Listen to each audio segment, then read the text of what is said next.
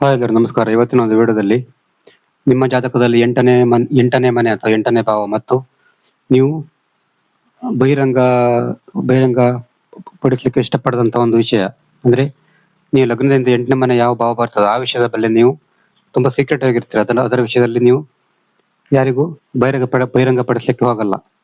ಅದು ಯಾವ ತರ ಅಂತ ಈ ವಿಡಿಯೋದಲ್ಲಿ ತಿಳ್ಕೊಳ್ಳೋಣ. ಅಂದ್ರೆ ಲಗ್ನದಿಂದ ಎಂಟನೇ ಮನೆ ಬರಬೇಕು. ಉದಾಹರಣೆಗೆ ಮೇಷ ಲಗ್ನ ಅಂತ ತಿಳ್ಕೊಳ್ಳಿ.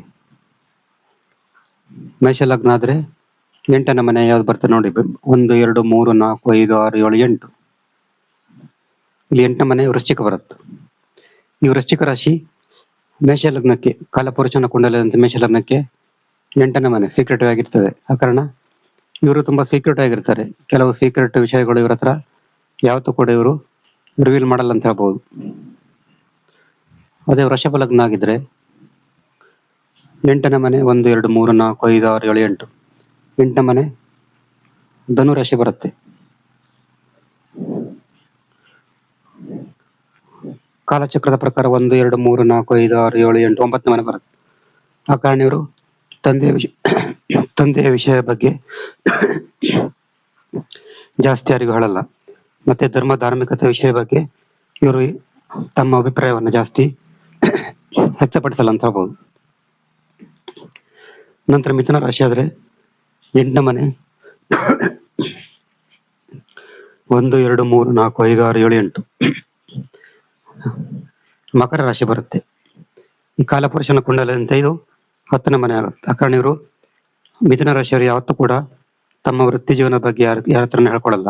ತಮ್ಮ ವೃತ್ತಿ ಜೀವನದ ಬಗ್ಗೆ, ತಮ್ಮ ಸಾರ್ವಜನಿಕ ಜೀವನದ ಬಗ್ಗೆ ಯಾರ ಹತ್ರನೂ ಹೇಳ್ಕೊಳ್ಳಲ್ಲ. ಇವರು ತುಂಬಾ ಸೀಕ್ರೆಟ್ ಆಗಿ ನಿಂತಾರೆ ಅಂತ ಹೇಳ್ಬೋದು. ಕಟಕ ಲಗ್ನ ಆಗಿದ್ರೆ ಎಂಟನೇ ಮನೆ 1 2 3 4 5 6 7 8. ಕುಂಭರಾಶಿ ಬರುತ್ತೆ. ಕುಂಭರಾಶಿ ಅಂದ್ರೆ ಕಾಲಪುರುಷನ ಪ್ರಕಾರ 11ನೇ ಮನೆ. ಆ ಕಾರಣ ಕಟಕ ರಾಶಿಯವರು ತಮ್ಮ ಒಂದು ಬಿಸ್ನೆಸ್ ಬಗ್ಗೆ, ತಮ್ಮ ಒಂದು ವ್ಯವಹಾರದ ಬಗ್ಗೆ ಯಾವತ್ತೂ ಕೂಡ ಯಾರ ಹತ್ರನೂ ಹೇಳ್ಕೊಳಲ್ಲ. ತಮ್ಮ ಲಾಭದ ಬಗ್ಗೆ, ತಮ್ಮ ಫ್ರೆಂಡ್ಸ್ ಬಗ್ಗೆ ಅವ್ರು ಹೇಳಲಿಕ್ಕೆ ಸ್ವಲ್ಪ ಹಿಂಜರಿತಾರೆ. ನಿಮ್ದು ಸಿಂಹ ಲಗ್ನ ಆಗಿದ್ರೆ ನಿಮ್ದು ಎಂಟನೇ ಮನೆ 1 2 3 4 5 6 7 8. ಎಂಟನೇ ಮನೆ ಮೀನ ಬರುತ್ತೆ.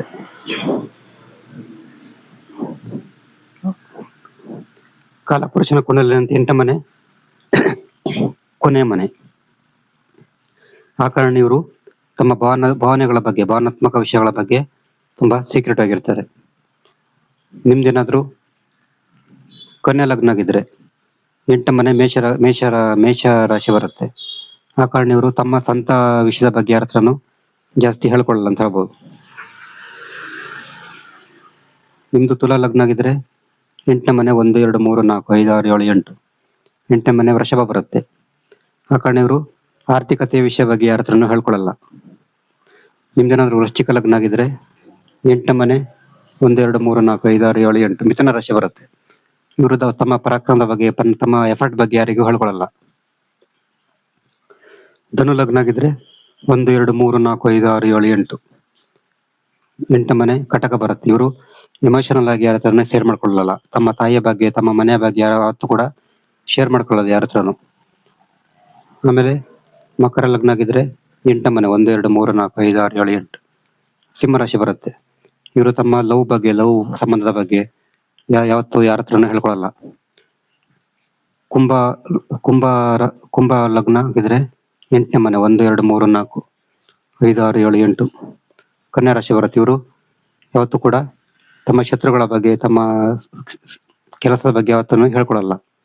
ಮೀನ ಲಗ್ನ ಆಗಿದ್ರೆ ಎಂಟನೇ ಮನೆ 1 2 3 4 5 6 7 8. ತುಲಾ ರಾಶಿ ಬರುತ್ತೆ. ಅವಾಗ ಇವರು ತಮ್ಮ ಸಂಗಾತಿಯ ಬಗ್ಗೆ, ತಮ್ಮ ಒಂದು ಪಾರ್ಟ್ನರ್ಶಿಪ್ ಬಗ್ಗೆ ಯಾರ ಹತ್ರನೂ ಹೇಳ್ಕೊಳಲ್ಲ. ಇದು ಲಗ್ನದಿಂದ ಎಂಟನೇ ಮನೆಯ ಬರುವಂತ ಭಾವದ ಪ್ರಕಾರ ನೀವು ರಹಸ್ಯವಾಗಿ ಇರುವಂತ ವಿಷಯಗಳು.